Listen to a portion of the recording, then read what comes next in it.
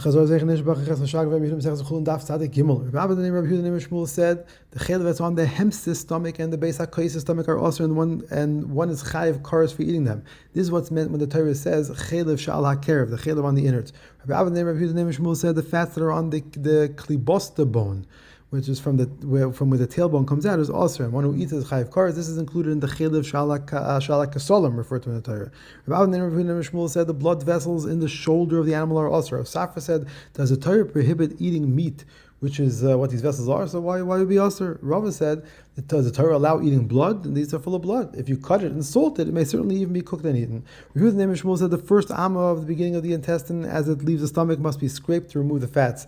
This is the fat that the Torah calls chelev shaladakin. Rehuda said the threads, which are the nerves that are in the hip, are also. There are 5 such threads. There are 3 on the right side, 2 on the left. The 3 on the right side branch off into 2 each. The 2 on the left side branch off into 3 each. This is important to know because if a person pulls these out while they're still warm after shechita, they'll come out fully. If he waits, he has to dig after them and make sure he gets all these branches out. Abaya or Rabbi Yehuda said there are 5 types of also threads. 3 of them are also because they pass through chaylev. 2 are also because they pass through because of their blood. The threads at the spleen and the flanks between the rib and the hip, and the kidneys are also because of the chaylev. The threads at the front leg and the jaw are also because of the blood. The difference is that the ones that are also for blood, it can be cut and salted and become mutter. The ones that are also because of chaylev are always also.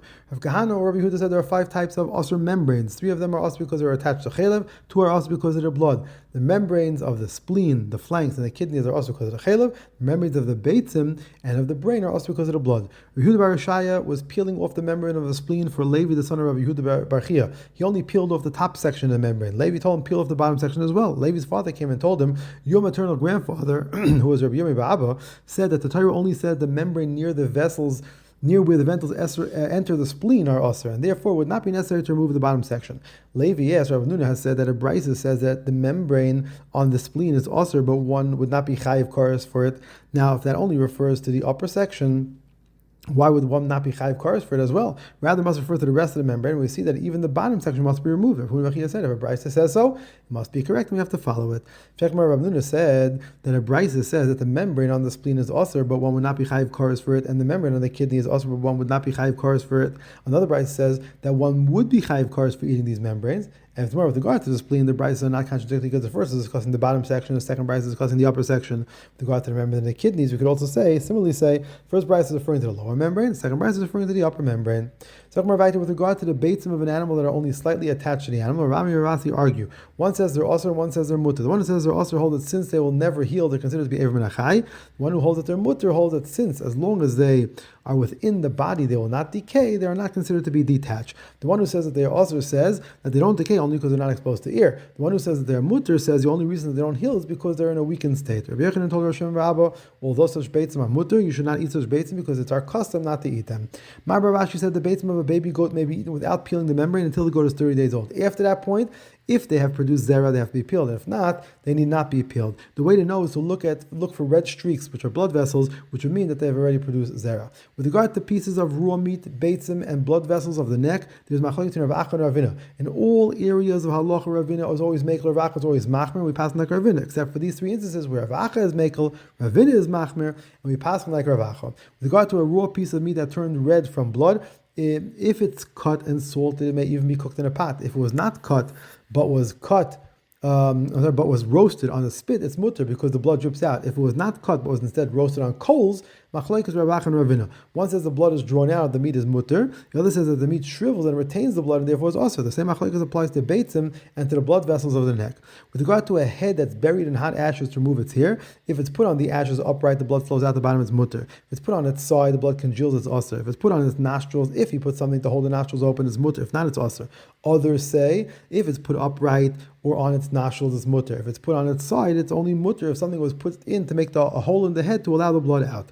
So Rabbi Yehuda said there are 2 gidin that run through the thigh. The inner one next to the bone is osir, one is chayiv malchus for eating it, also deraisa, and the outer one near the flesh is osir, but one is not chayiv malchus for eating it, it's only osir d'rabbanan. In fact, Brisa says that one gets malchus for eating the inner one that's closer to the flesh, and from Rav Acha, the name of Rav Kahana said that that's the inner one. The reason the Brisa says it's closer to the flesh is because it goes into the flesh at some point.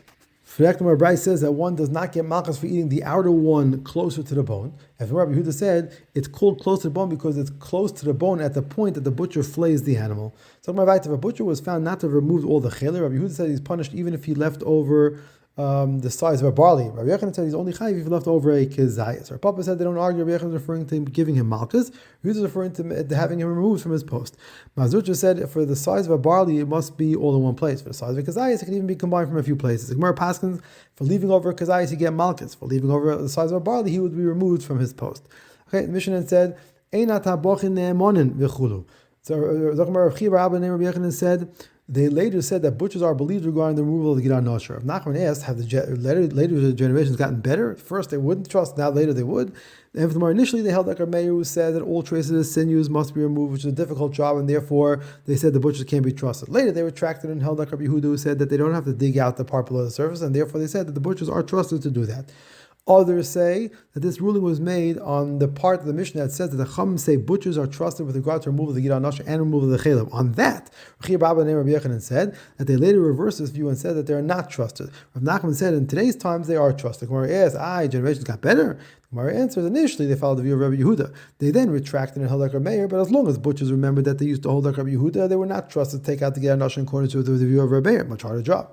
However, now that they don't even remember that we used to follow Rabbi Yehuda, they're trusted to take out the Gidan Nosher properly, even according to the view of Rabbi Meir. Mishnah says, V'al ha'chelev. Who introduced the topic of a chelev that caused Rabbanan to say that they're trusted regarding chelev as well? And Rabbi Meir actually said that they are not trusted regarding the removal of the Gidan Nosher and regarding the removal of the chelev. The Rabbanan said that they are trusted regarding the removal of the Gidan Nosher and even regarding the removal of the chelev as well.